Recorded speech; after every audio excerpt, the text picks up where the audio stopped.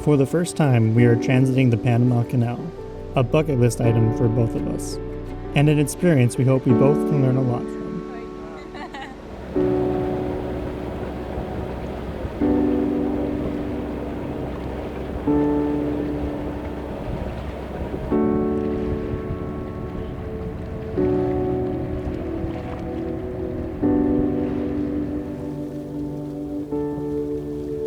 Before we take Tarka through the Panama Canal, we have decided to volunteer to be line handlers on another boat.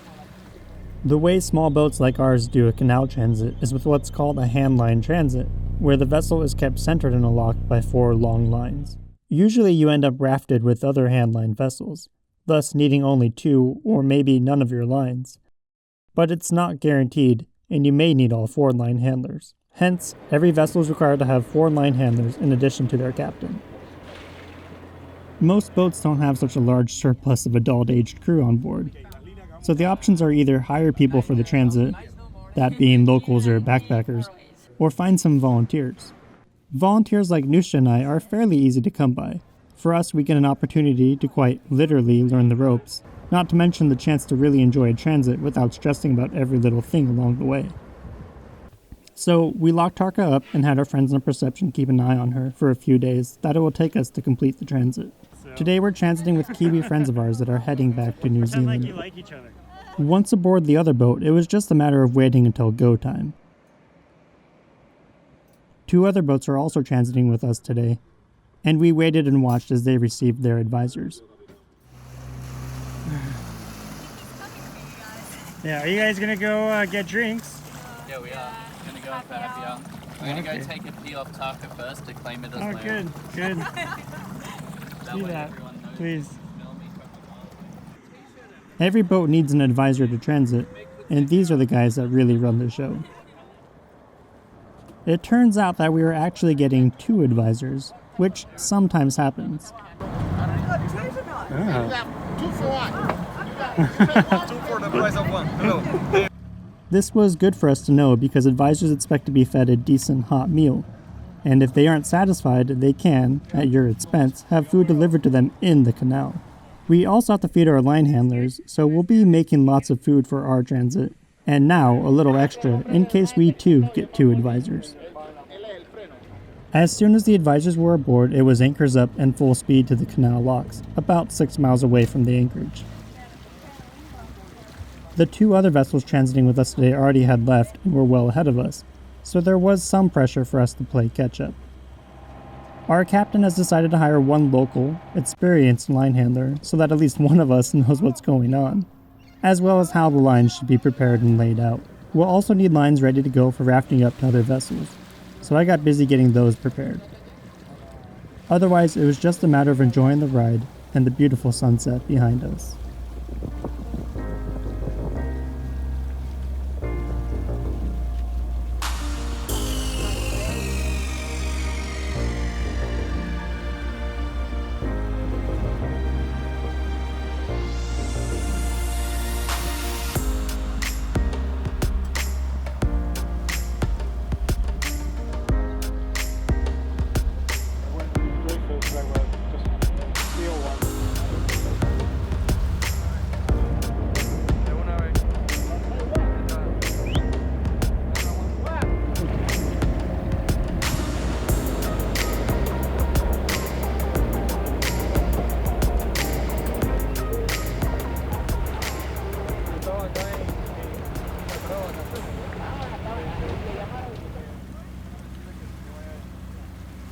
As we approached the locks, there was some uncertainty about which side of the raft we'd be put on. By the time we get there, it'll be that side again. Yeah. We expected the largest boat to be put in the center of the raft, but when boats are more or less the same size, sometimes it's the more maneuverable boat that is put in the center. Rafting can be stressful as everyone is more or less at the mercy of the current until all the boats are tied up and secured. But tonight things went off without a hitch. As a raft, we pressed on towards the locks, where a large freighter was already positioned and waiting for us to come in behind.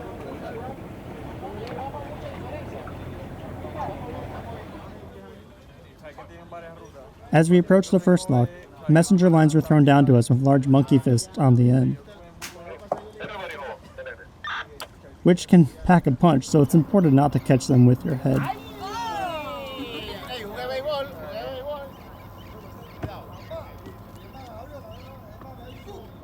These messenger lines get tied to our lines, and then the lines are brought in as we progress into the lock.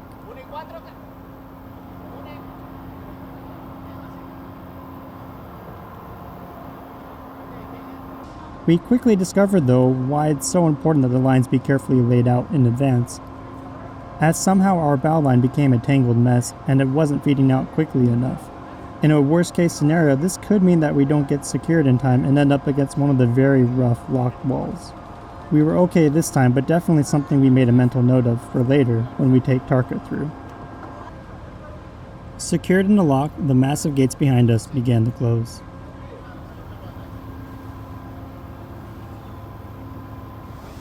Uplocking is probably the most dangerous part of the entire transit, as water filling the locks can induce extreme currents, and bad things can happen if everyone isn't paying attention. The role of us line handlers is to manage the lines as the water levels rise, and take in any slack, keeping the raft centered in the lock. Too much slack and the strong currents can shock load the other lines, and not enough slack, the deck cleats can be ripped out of the boat. Our advisors have also shared some horror stories of hands or feet getting too close to a rope entering their cleat, and doing some very bad things as the line gets rapidly loaded. It's good to hear these kinds of stories, though, as our experience has mostly been with our small boat that can almost always be manhandled to do our bidding. But here we have 3 large, heavy boats with lots of current pushing them around.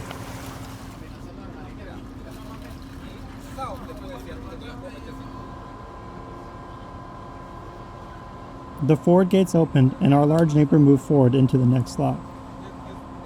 Sometimes the propeller wash in these situations can be very dangerous, but today there were no issues. Once he was in position, our lines were released and we proceeded into the next lock.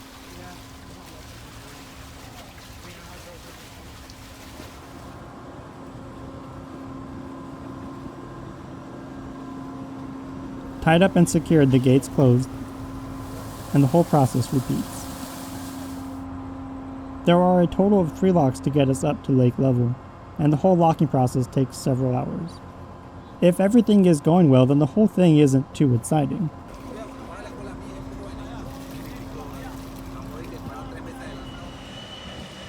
After the final lock, and waiting for the ship ahead of us to exit, we proceeded on and out of the locks into Gatun Lake. Beyond the bright lights of the locks, it was too dark to film, but we made our way over to 2 large red moorings in the lake where we'd spend the night, and our advisors were picked up shortly after we tied up.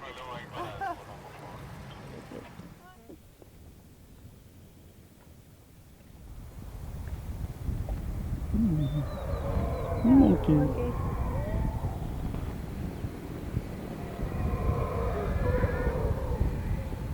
Other than howler monkeys in the trees, the lake was calm and quiet the next morning. The whole lake is surrounded by protected rainforest and is actually a beautiful place, despite it being one of the busiest locations for marine traffic in the world. Want to go swimming? No. It's fresh water. It's fresh water.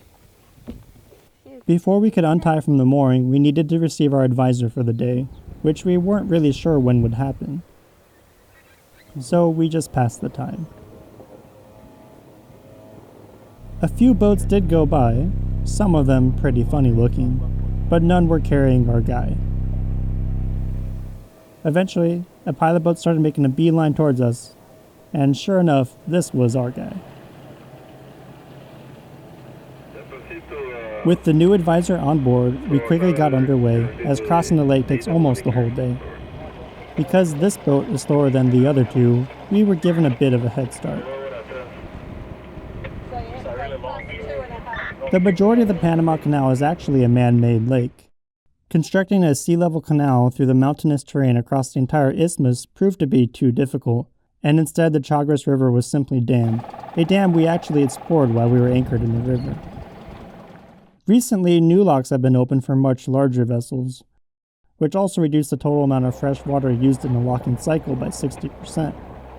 This is a big deal as the water in this lake is a limited resource. In fact, water levels are a little low right now. The main impact that has for us today is that we can't take the shortcut sometimes used by small boats like ours, as the canal authorities are unable to guarantee adequate depth along this route. So we were confined to the main navigation channel with the big boys, and as such, we won't get to do any sailing.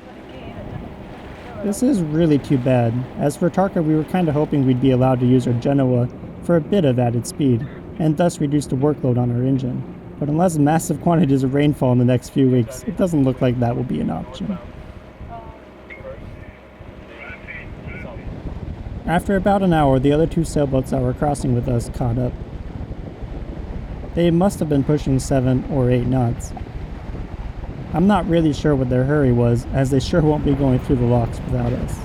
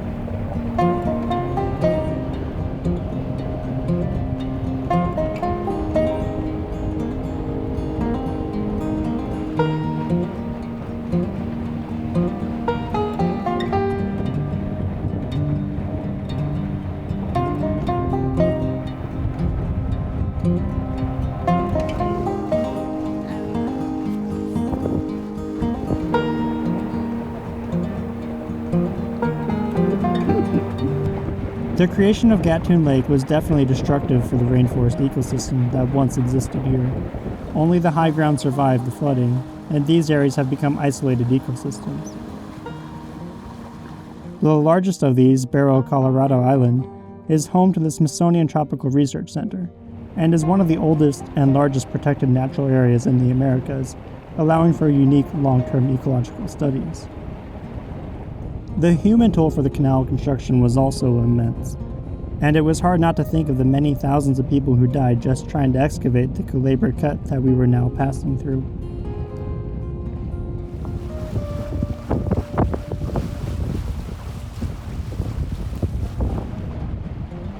Traffic in the cut is one way, and small boats like ours have to stay as close as possible to the markers to leave lots of space for passing traffic. This is definitely one place you don't want to have an engine problem.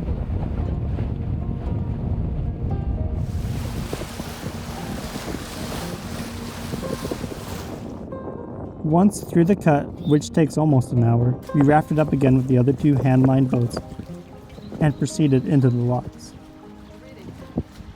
On the Pacific side, there are still a total of 3 locks, but they are spread out into a set of 1 and 2. So this first one will just bring us down to another lake before we proceed down to the Pacific. Yeah, I think it's pretty safe here. The downlocking procedure is virtually identical to the uplocking one. Messenger lines are thrown to us from canal workers, and these are secured to our hand lines. Downlocking is generally less dramatic than uplocking, except that the current is now pushing us forward and into the lock gates ahead. In practice, that just means that the lines need to be secured quickly, especially the stern lines. Today we're in front, with a big boy boat coming in from behind. Big ships like these rely on diesel-powered railcars to keep them secured and centered in the lock. And our fate was really in their hands, as they are about all that was keeping this big ship from plowing into us. We're going to have to get comfortable with our new neighbor, though, as he'll be with us for all 3 locks.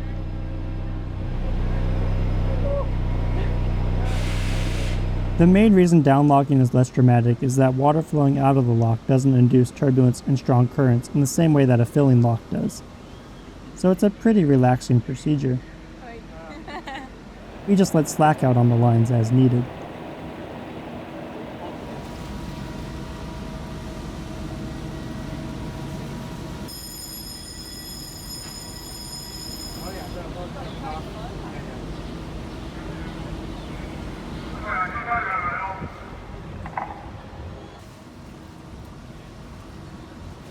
As a raft, we continued out of the Pedro Miguel locks and towards the set of 2 Miraflores locks a little ways down. Here the process was identical, and we were actually getting pretty good at it.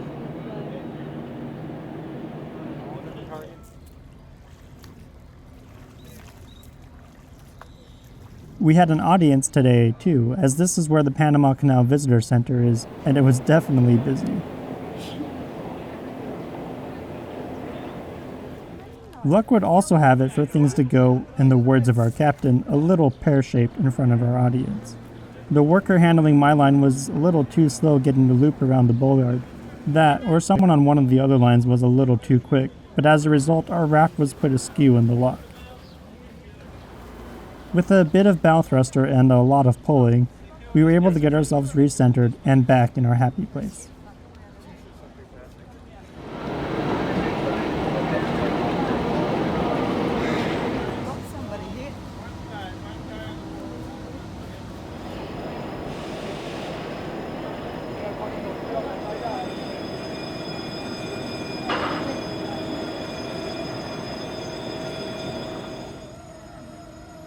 As the gates opened, salt water from the sea mixed with fresh water from the lake, and we were now officially in the Pacific Ocean, though we still had a lot of motoring to do before we were out of the canal.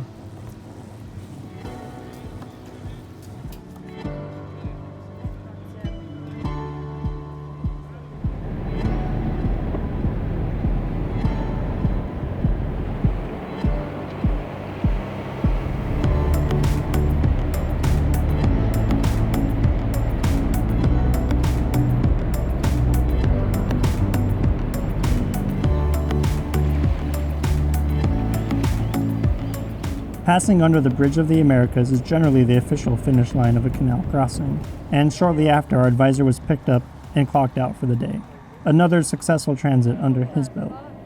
Meanwhile, we proceeded to motor our way towards an anchorage on the other side of the causeway. I can see your eyeballs. Can you? These balls. They're in your eyes. How about being back in the Pacific?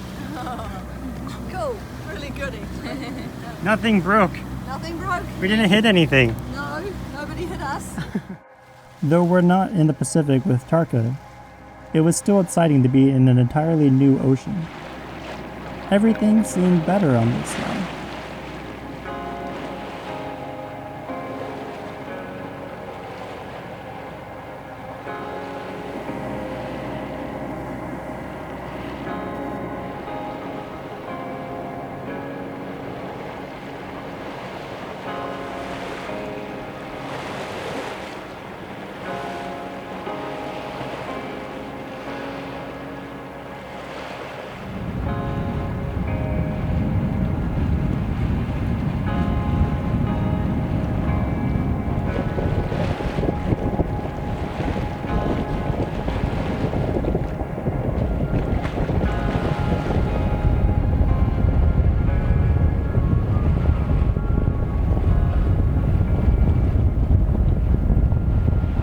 Anchored safely, we celebrated a successful transit with a drink and enjoyed a perfect Pacific sunset, our very first.